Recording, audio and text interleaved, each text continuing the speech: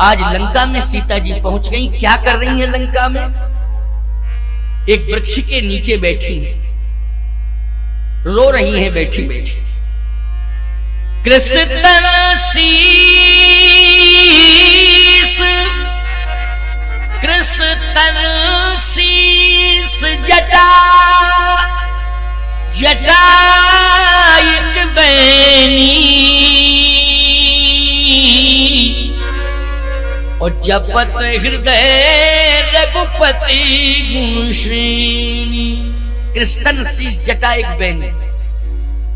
याद रखना, सीता जी के केसों की एक ही जटा बन गई। अब बोलो ये असगुण है कि नहीं? सुहागवती नारी के केसों की जटा बननी चाहिए क्या? बोलो जल्दी बोलो, ये असगुण है। सीता जी सुहागवती है, लेकिन कृष्ण शीस जटायक बैनी। केस उलझ गए, जटा बन गई। सावधान, जब से प्रभु राम से दूर हुई है सीता जी, श्रृंगार नहीं किया।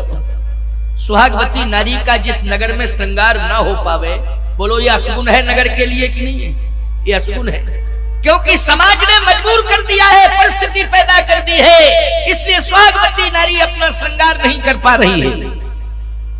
बोलो नगर के लोगों ने मजबूर कर दिया है उसे, इसलिए श्राप है ये नगर के।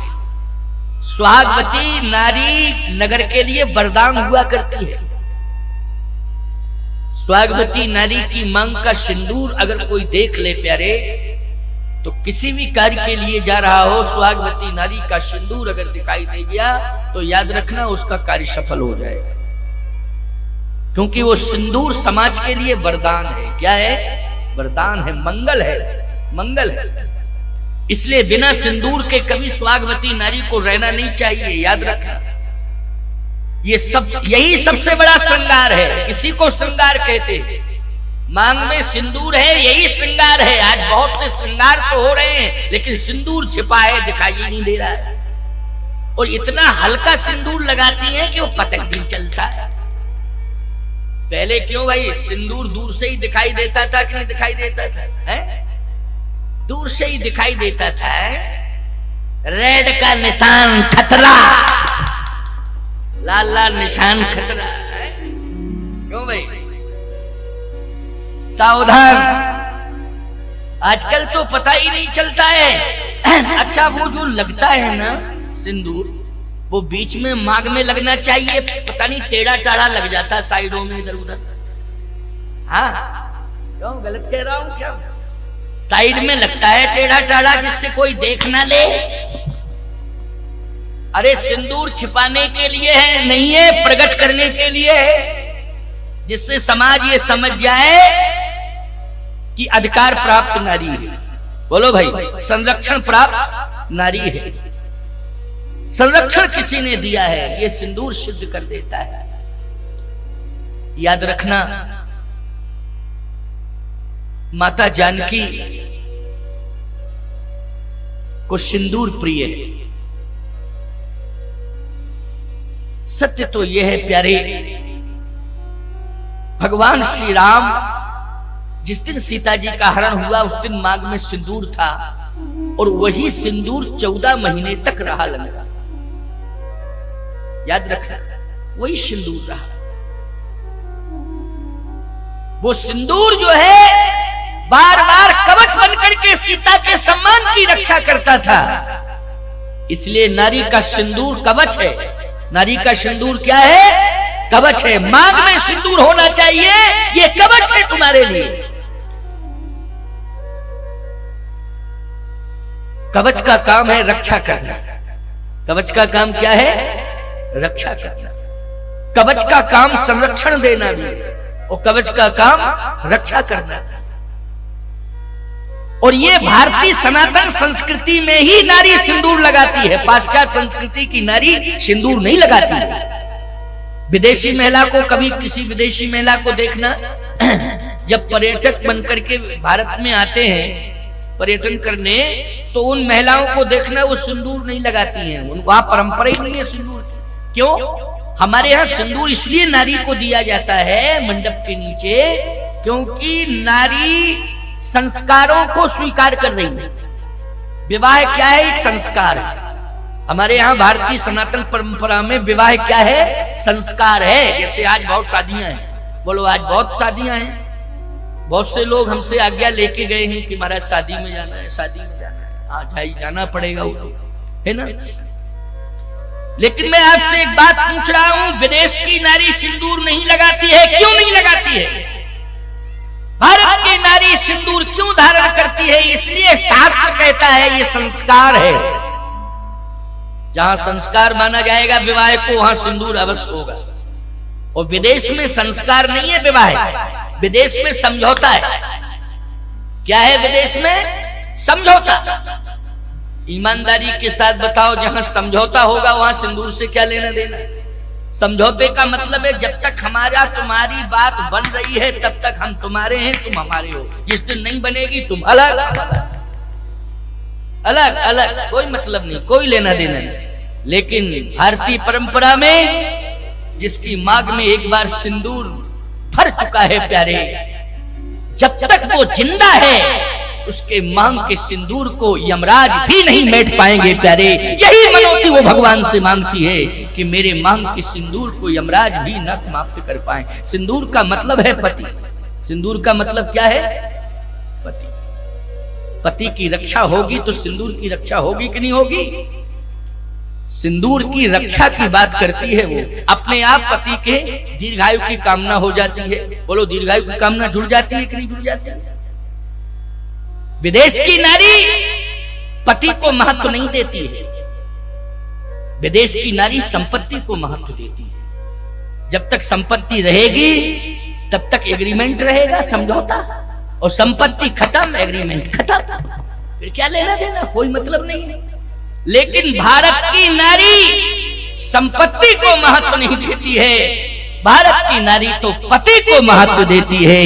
इसलिए तुलसीदास जी कह रहे हैं, वृद्ध रोग बस, वृद्ध रोग बस जड़ धनहीना,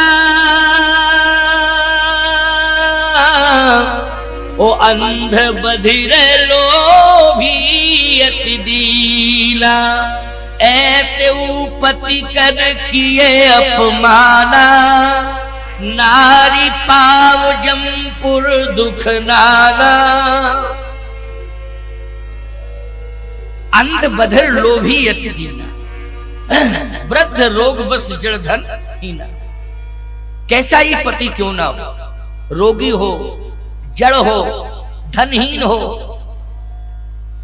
याद रखना बूढ़ा हो, लेकिन पति परमात्मा से भी ज्यादा श्रेष्ठ है, सम्माननीय है, महत्वपूर्ण है। यह है भारत की परंपरा। इसलिए जब पति से पृथक हो जाती है नारी, उसकी मांग का सिंदूर चला जाता है। चूड़ियां और सिंदूर ये दो अलग हो जाते हैं। जिस समय उसकी मांग से सिंदूर धोया जाता है तो उस समय वो कल्पना किसकी करती है? संपत्ति की कि पुत्र की? नहीं, परमात्मा। जिस समय उसकी मांग का सिंदूर धुलता है उस समय न उसे पिता की याद आती है, न पुत्र की याद आती है, न संपत्ति की याद आती है। पति के जाने के बाद उसे केवल परमात्मा की याद आती है। यह है सनातन संस्कृति की याद, केवल परमात्मा की याद आती है। इसलिए वो प्रमाण मिलता है। प्रसंग तो मैं श्री किशोरी जी का ही कह रहा हूं, भगवान राम कितने व्यथित हैं, लेकिन संकेत दे रहा हूं आप। चक्रवर्ती सम्राट महाराज श्री दशरथ का निधन हुआ। जिस समय सरजू तीर रच चिता बनाई, सरजू के किनारे एक चिता तैयार की गई। महाराज का शरीर अग्नि के हवाले करना है। भरत जी महाराज ने मुखाग्नि दी। जिस समय भरत जी मुखाग्नि दे रहे थे उस समय कौशल्या, केकई और सुमित्रा तीनों महारानियां चिता में जलने के लिए तैयार। जैसे ही चिता में कूदने के लिए तीनों तैयार हुई, तो अभी अभी भरत जब आए थे ननिहाल से तो कैकेयी जी को खरी खोटी सुना रहे थे। बोलो सुना रहे थे कि नहीं? बार बार कह रहे थे जो पै कुरुच रही यस तो ही। मुखाग्नि के पहले भरत का बयान है कैकेयी मां के प्रति क्या है? जो पै कुरुच रही यस तो ही ओ जनमत काहे न मारस मोही। पेड़ काटते पल्लव सींचा ओ मीन जियत नित बार उलीचा। कैकेयी कत जन्मी जग माझा, कैकेयी कत जन्मी जग माझा। बार बार भरत जी कह रहे थे हंस वंश दशरथ जनक राम लखन से भाई। जननी तू जननी भई विधिशन कछु न वसाए। धर धीरज पुनि उठे संवारी कहो पितु मरण हेतु महतारी। पिता की मृत्यु का कारण बताओ क्या है? बोलती क्यों नहीं है? कारण क्या है? आज मैं तेरा त्याग करता हूं, तेरे कारण मेरे पिता की मृत्यु हुई है। लेकिन भरत जी महाराज ने देखा कि तीनों माताएं चिता में जलने को तैयार हैं, तो भरत जी ने तीनों माताओं के पैर पकड़े हैं। गई पद विनय मातु सब राखी, मातु सब राखी। सबका मतलब बोलो कैकेयी है कि नहीं? मरने से कैकेयी को भी बचाया कि नहीं बचाया? कौशल्या को ही नहीं बचाया, सुमित्रा को ही नहीं बचाया, कैकेयी को भी मरने से बचाया। आप कहोगे महाराज जी भाव क्या है इसमें? भाव यही है कि मरने की जरूरत नहीं। क्यों? सिंदूर चला गया, चूड़ियां चली गई, तो अब जिंदा रह के करूंगी क्या? कौशल्या जी ने कहा। भरत जी ने कहा जब पति चला जाए तो जगतपति की शरण में जाना चाहिए। किसकी शरण में जाना चाहिए? जगतपति की शरण। देखो इसलिए हमारे यहां जो जलने वाली परंपरा थी सती प्रथा, जिसको कहते थे जलने वाली परंपरा, उसको रोका गया। भारतीय संविधान में भी प्रतिबंध लगाया है, लेकिन हम लोगों ने भी इस बात को समय को देखते हुए बार बार कहा है कि मरना नहीं है, अब तो जगतपति की शरण में जाना है। किसकी शरण में जाना है? जगतपति की शरण में जाना है। और निश्चित रूप से जितना प्रेम आप पति से करती हो, पति के जाने के बाद अगर उतना प्रेम आपने जगतपति से कर लिया तो तुम्हारा भी उद्धार होगा, तुम्हारे पति का भी उद्धार होगा, तुम्हारे कारण होगा। इसलिए तुम अपने पति के उद्धार में सहायक सहयोगी बन जाओ। इसलिए भरत जी ने तीनों माताओं को रोक दिया, पैर पकड़ लिए, प्रार्थना की, नहीं नहीं, पति चला गया है, हम जगतपति से आपको मिलाएंगे। और जगतपति कहां रहता है? चित्रकूट में। तो इसलिए तीनों माताएं बोलो आई कि नहीं आई चित्रकूट में? कल मैंने संकेत दिया था कथा प्रवचन में कि तीनों माताएं चित्रकूट आई। ये प्रारब्ध होता है कि पति पहले चला गया, पत्नी बाद में, प्रारब्ध है ये। हर नारी चाहती है कि मैं सुहागवती रहूं, समाज से जाऊं तो मेरी मांग का सिंदूर मेरे साथ जाना चाहिए, चमकता रहे मांग में सिंदूर। लेकिन प्रारब्ध अगर विवश करता है तो तुम तो सामान्य नारी हो। हम तो कौशल्या जी की बात कर रहे हैं, जिन्होंने इतनी बड़ी तपस्या की कौशल्या जी ने कि ब्रह्म को बेटा बना लिया है। ईमानदारी से बताओ, उनको भी वैधव्य लेना पड़ा कि नहीं लेना पड़ा? राम की मां को वैधव्य लेना पड़ा। राम की मां से बड़ा सौभाग्यशाली कौन होगा संसार में? कोई माई का लाल बतावे। लेकिन प्रारब्ध था ये, इसलिए उनके सामने भी ये कंडीशन आई। लेकिन मुख्य बात तो ये है कि हमें जगतपति की शरण में जाना चाहिए। तो सीता जी के केसों की जटा बन गई, उलझ गए केश, कृष्ण शीश, शरीर दुबला पतला है। 14 महीने तक सीता जी ने अन्न जल ग्रहण नहीं किया, जबकि उस बगीचे में फल ही फल थे। अगर फल ना होते तो हनुमान जी कैसे खाते? बोलो भाई। देख बुद्धिबल निपुण कपि कहु जानकी जाओ, रघुपति चरण हृदय धर तात मधुर फल खाओ। तो वही तो वाटिका है जिसमें मधुर फल है, लेकिन 14 महीने तक सीता जी ने एक भी फल ग्रहण नहीं किया। क्या फल गिरे नहीं होंगे अपने आप? फल गिरे होंगे, गिरते ही है। बगीचा है तो फल अपने आप भी गिरते हैं। कुछ फलों को तोता गिरा देता है, बोलो गिरा देता है कि कुछ समय से अपने आप गिर जाते हैं। लेकिन किशोरी जी ने 14 महीने तक फल ग्रहण नहीं किया, जल ग्रहण नहीं किया। अन्न तो 14 साल न राम जी ने खाया न सीता जी ने खाया, लक्ष्मण जी ने तो कुछ खाया ही नहीं।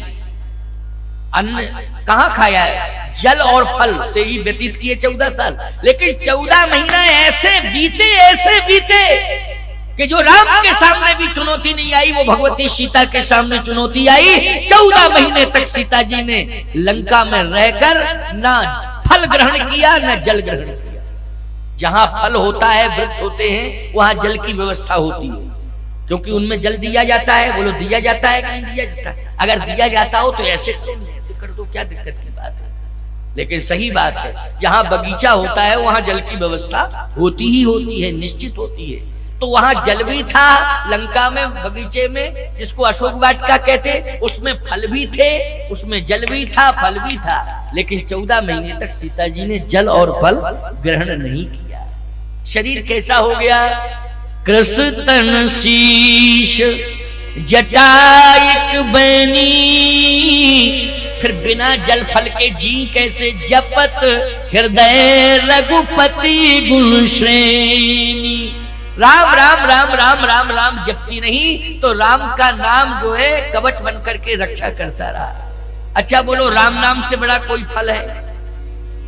बोलो हो तो बताओ। और राम नाम से बड़ा कोई जल नहीं है, राम नाम से बड़ा कोई फल नहीं है, राम नाम से बड़ी कोई औषधि नहीं है।